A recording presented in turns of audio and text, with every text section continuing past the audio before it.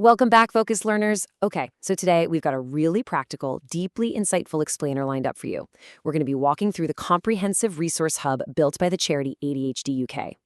Whether you're questioning if you might actually have ADHD, maybe you're newly diagnosed, or you're just looking for ways to better support a neurodivergent colleague or child, this organization has built an absolutely incredible ecosystem of information. Our goal today is to give you a clear, highly structured roadmap of exactly what this charity offers and how you can use their tools to truly thrive. Let's dive right in. Here is our roadmap for today. We'll be covering 1. By and for the community, 2. Navigating diagnosis, 3. Work and education support, 4. Finding strategies and services, and finally, 5. Changing the narrative. All right, let's dive right into section 1, by and for the community.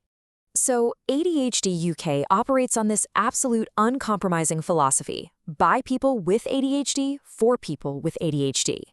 Now you might be wondering, why does this actually matter? Well, it's because every single resource, every survey, and every support group is built with a profound first-hand understanding of the lived neurodivergent experience. You know, they aren't just looking at this from the outside in, they're literally building tools for their own community.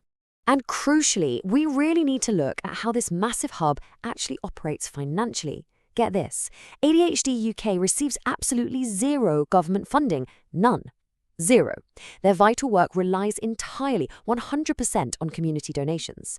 And as they point out, fundraising for ADHD is, well, it's uniquely challenging. I mean, not only are we in a pretty tough economic climate right now, but there's still a significant amount of discrimination and stigma surrounding ADHD.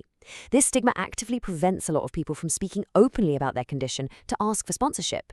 It's a sobering reality for sure, but honestly, it makes their community-funded achievements just that much more remarkable. Moving right along to Section 2, Navigating the Diagnosis Pathway.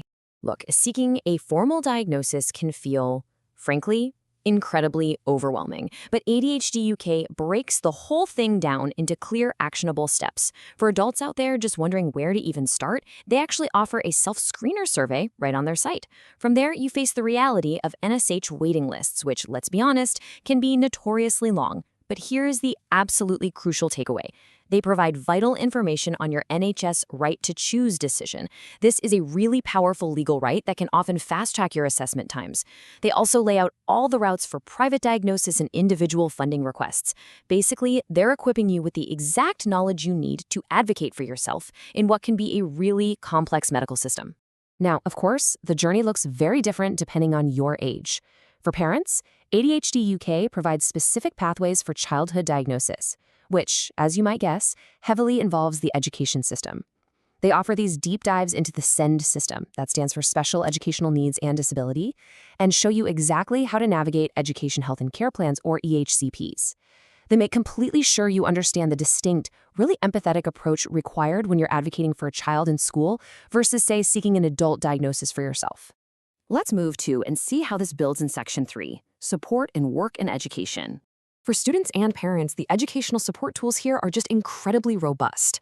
Beyond just explaining all the SEND and EHCP stuff we just mentioned, ADHD UK provides highly actionable resources. Like, for instance, they have personalized support letters. You can literally select these, customize them, and use them right away to request specific exam adjustments.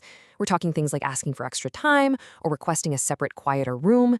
These are totally practical tools designed to instantly level the playing field for neurodivergent students. And the workplace support? It's just as comprehensive. They offer a downloadable ADHD welfare pack, guidance on employment law, and great tips for interview adjustments. But the absolute standout here, the real game changer, is their guidance on the government's Access to Work grant.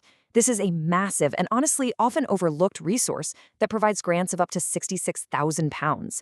That's to help cover the costs of practical support at your job.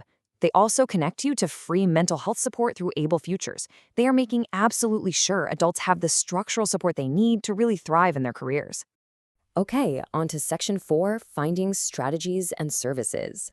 Because, figuring out you have ADHD is one thing, but actually learning to work with your brain, that's a whole different ballgame.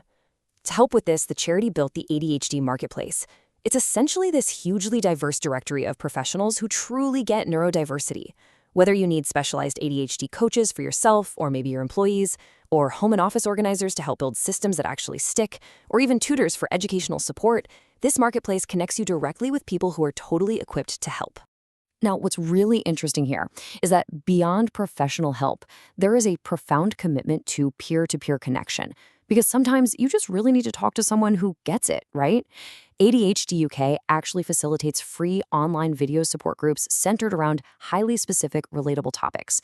They're bringing people together to navigate things like the feelings of being a recently diagnosed adult, or the really unique challenges of parenting with or for ADHD, or even the journey of finding the right career that actually fits your brain. It's just an invaluable, totally free resource for community building. Which brings us to our final section, number 5. Changing the narrative. One of the absolute best ways to break down stereotypes is simply through visibility. ADHD UK maintains this really dynamic database of highly successful people who have spoken openly about their ADHD. We're talking massive global stars here: actor Tom Holland, legendary actress Helena Bonham Carter, acclaimed stand-up comedian Nish Kumar, and West End star Darren Day. By highlighting these figures, the charity proves without a doubt that an ADHD diagnosis is definitely not a barrier to immense success, creativity, and achievement. Not even close. And beyond just listing famous names, ADHD UK actually works directly with official celebrity ambassadors who actively advocate for the charity. Public figures like the world-renowned chef Heston Blumenthal, reality TV star Tanya Bardsley, and medical professional Dr. Helen Lawal, they all lend their powerful voices to raise awareness. In fact, you'll often see the charity's CEO, Henley Shelford, along with these ambassadors, featured across major media outlets from the BBC to The Guardian. They're out there providing expert background, reacting to news stories, and constantly pushing for a better public understanding of the condition. But advocacy isn't just about having a media presence. It actually requires hard data. So to that end, ADHD UK is constantly running research initiatives. They actively ask their community to share their experiences through detailed questionnaires. Right now, as we speak, they're gathering vital data on how students experience exam halls, how adults manage their to-do systems, the real-world functionality of that access to work scheme we talked about, and the actual effectiveness of workplace adjustments. By collecting this real lived experience data, they can confidently approach policymakers and institutions with undeniable evidence of what exactly needs to change. So what does this all mean for us? Well, it brings us to our final thought for today. Ask yourself, does your workplace or school actively accommodate and embrace neurodiversity? It's a really vital question. And if the answer is no, or even if you just aren't sure, well, you now have the roadmap to change that. Head over to the ADHD UK Resource Hub, use their Discovery platform, maybe participate in a research survey to make your own voice heard, or even donate to support their zero government-funded mission. Thank you so much for joining me on this explainer, and as always, keep learning.